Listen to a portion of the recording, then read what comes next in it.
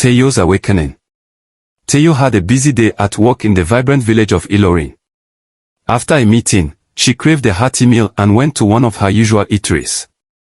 The restaurant had a lively atmosphere, with delicious aromas and bustling waitstaff attending to diners.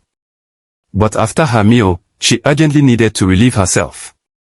Approaching the restroom, she found it occupied and, unable to wait, noticed a swinging door leading to the kitchen. Curiosity took over, and she cautiously stepped inside. Inside, she froze in horror. There were piles of dirty dishes next to the cooking area, while uncovered raw meat lay out on a counter, swarmed by flies. The cooks seemed oblivious to basic hygiene. One woman, a large, boisterous figure named Aya Abike, scratched her armpit with the spoon she was using, then went right back to stirring a pot. Teyo felt her stomach churn. She ran back to her table, struggling to keep her meal down, her appetite and trust in food vendors shattered.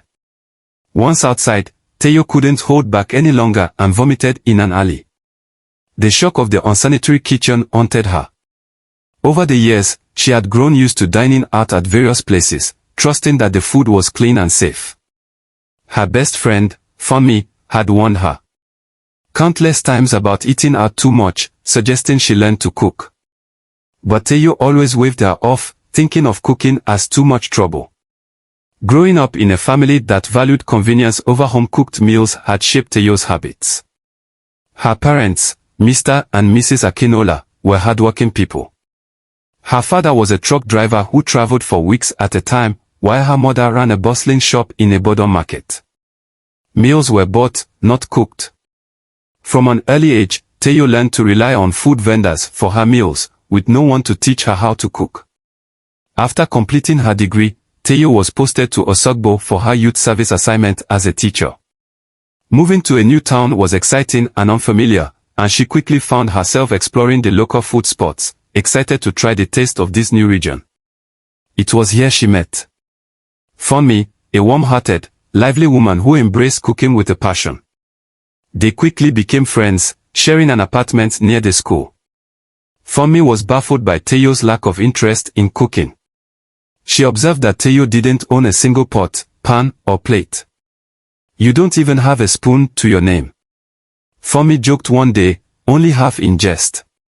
Teyo laughed it off, dismissing cooking as too much stress, but Funmi persisted, offering to teach her the basics. One evening, on their way back from work, Teyo and Funmi encountered a charming businessman named Tate. Dressed impeccably and full of charisma, Tate struck up a conversation with them, but it was clear he was particularly interested in Teyo. They exchanged numbers, and over the following weeks, Tate often invited her to lavish dinners, knowing her love for dining out. Teyo was smitten by his charm and enjoyed the attention he lavished on her. After a few months, Tate surprised her with a visit to her apartment. They laughed and chatted until he casually suggested, "How about you cook something for me, Teyo?" She froze, a hint of embarrassment crossing her face. She confessed that she didn't know how to cook. Tate was stunned, caught off guard by her admission. He politely ended the visit but left feeling disappointed, and Teyo felt the sting of shame in his abrupt departure. When Funmi returned home, she found Teyo staring blankly at the wall. Concerned, she gently asked what was wrong, but Teyo dismissed her concern, lying that she had misplaced some money. Funmi tried to console her, but Teyo's mind was elsewhere, fixated on Tate's reaction and her own embarrassment. She felt conflicted. Cooking seemed like an unnecessary skill for so long, but Tate's disappointment made her question her choices. On her way to work one day, Teyo noticed a new, elegant restaurant in Elisa. The exterior was luxurious, the sign was inviting, and a steady flow of customers entered and exited the place. Unable to resist, she began frequenting the establishment, charmed by its classy ambience and delicious, affordable meals. The food was well seasoned, served hot, and tasted wonderful. Soon, Teyo became a daily visitor, often placing orders to be delivered to her office when she couldn't make it in person. One afternoon, as she was about to finish her meal, she noticed something unusual, a dead cockroach at the bottom of her plate. She recoiled in disgust, nearly choking on her food. For the first time, she questioned her habit of dining out. But despite the incident, she dismissed it as a one-time mistake, convinced the establishment was clean. However, within days, she fell severely ill, suffering from a high fever and stomach cramps. At the hospital, the doctor informed her that she had contracted a bacterial infection common in unhygienic environments. He warned her to be more cautious about where she ate, and Funmi took on the role of her caregiver, preparing home-cooked meals to help her recover. Once Teo was discharged and regained her strength, she returned to her old routine, dining at her favorite spots, including the same restaurant. Her illness hadn't dampened her love for restaurant meals. She quickly fell sick again, landing back in the hospital. It was Funmi's turn to show her frustration, gently reminding her friend, sometimes, the things that seem convenient aren't the safest for us. Determined to uncover the truth, Teo devised a plan. One Saturday afternoon, she went to the restaurant under the guise of her usual meal. She ate slowly, carefully inspecting each bite, and eventually excused herself to the restroom.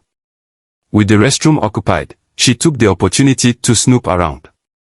She peered through the swinging kitchen door and was horrified by the scene: dirty floors, piles of unwashed dishes, uncovered food, and rats scurrying in plain sight. Aya Abike, the head cook, was scratching herself again with a ladle before stirring a pot. The grim reality of the restaurant's operations hit her hard, and she left, feeling nauseous and betrayed. Back home, Teo finally confronted her habits. She apologized to Funmi, admitting that she had dismissed her friend's good advice for too long. Inspired, Teo decided to learn to cook. She bought utensils, groceries, and a simple cookbook, and that evening, she and Funmi cooked their first meal together. It wasn't perfect, but Teo was proud of her effort. The satisfaction of eating a meal she had prepared herself was beyond anything she had experienced. With each passing week, Teo grew more confident in the kitchen, even bringing her homemade meals to work. Her colleagues, surprised by the change, began complimenting her food, and she felt a sense of pride. Her friendship with Funmi deepened as they spent more time together, cooking and sharing meals. Gradually, Teo found that she preferred the taste of her own food, made with love and care. One day, Ted returned, expressing regret for his reaction and offering support. Teo welcomed him back, and the two reconnected over home-cooked meals. Months later, they married, having both grown from the experience. I hope you enjoyed the tale. If so, please like the video, comment, share it with your family and friends, and don't forget to subscribe to the channel and turn on the notification bell for more enchanting tales like this one. Goodbye.